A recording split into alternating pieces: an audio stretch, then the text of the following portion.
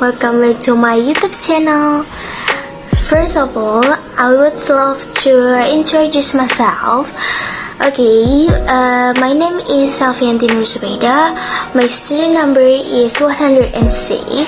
I'm from class 4C in Education Department in UIN Syarif Hidayatullah, Jakarta. And before you watch my next video, you have to watch my previous video. In the previous video, I reviewed the textbooks and the 10 articles. And now, I will review the novel that I read.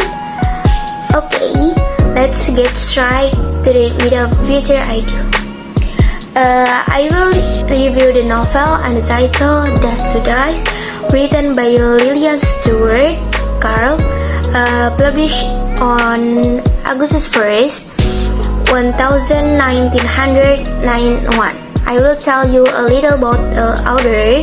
Lillian Stewart Carl's work often feature paranormal fantasy themes and always feature plots based on mythology, history, and archaeology. Most of her novels take place squarely in the first 21st century, are where the past linger in the present, especially in the British Isles.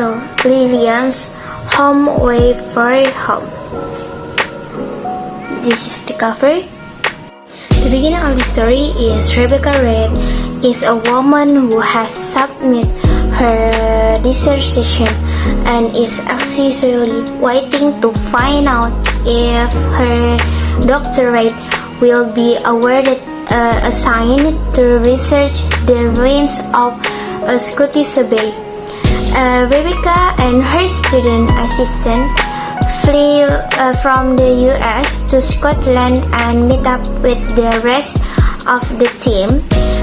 The next year, Rebecca crossed the Atlantic from Scotland to America by steering for a few hours between New York and Europe.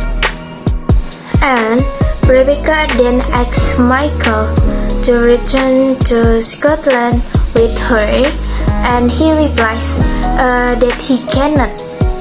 He doesn't want to blame her if he never gets a doctorate. And finally, Michael returned to Scotland to research ruins in Scotland. And then, after Rebecca arrived at the cafe in Scotland, her ordered coffee and bread. Then Adele, his teammate, worked as model, so at the cafe, her didn't order coffee and bread. Her said like that to Rebecca, and then she just ordered juice. When her coffee arrived, Rebecca immediately enjoyed it while reading the magazine she was going to study. Then Adele asked Rebecca what was the magazine about, and Rebecca explained, this magazine is about the monastery in Scotland we want to investigate. And Rebecca tells Adele, this is a great story about Scottish monasticism. Did you know Ruthsburn Abbey is one of the few medieval monasteries in the country? And this one about folk custom tales of Lammas Fair, the August Border Festival revived by a village development group. Then Adele pointed to the Cherith book with the cover of a ghostly figure towering over the abbey. Then Adele explained that it was a book about visitors to the fair should avoid to return about the abbey because the ghost of 16th century priestess curses lovers. And so there was going to be with my girlfriend to Rebecca. Long story short, after a long relationship between Rebecca and Michael was fine and very romantic, suddenly their relationship became strained because Rebecca had to fight with Michael because of a historical artifact, and their relationship became strained. Weeks passed without the true reconciliation, and he questioned his engagement that was caused by Michael being exposed to the murder case of Sheila. Sheila was Michael's ex. She knew she didn't, of course, but she didn't know who did. Long story short, during execution at Retelling Abbey, to all the real bodies of monks and nuns were discovered dressed up to imitate ghosts, and murdered.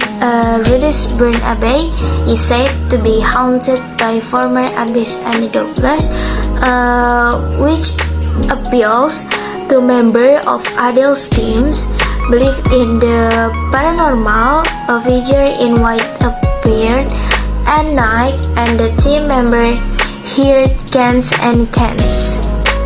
After finishing her research and having reported into the hit, Rebecca invited the whole team to her house for a break, and she announced that there was a festival, and that the festival ended on a Saturday night with medieval just chanting of madrigal and a lively parade of pipes and drums just before dawn. Sunday, Rebecca and Michael are drunk on whiskey, music, and sex. They agree that after the 20th they will name themselves Campbell Break, because Michael said, "We are a team, like a boat and castle." Michael and Rebecca walk the ground of the festival, and we are immersed in the delicious smells and cheerful sounds, and enjoy the festival all night until it was over.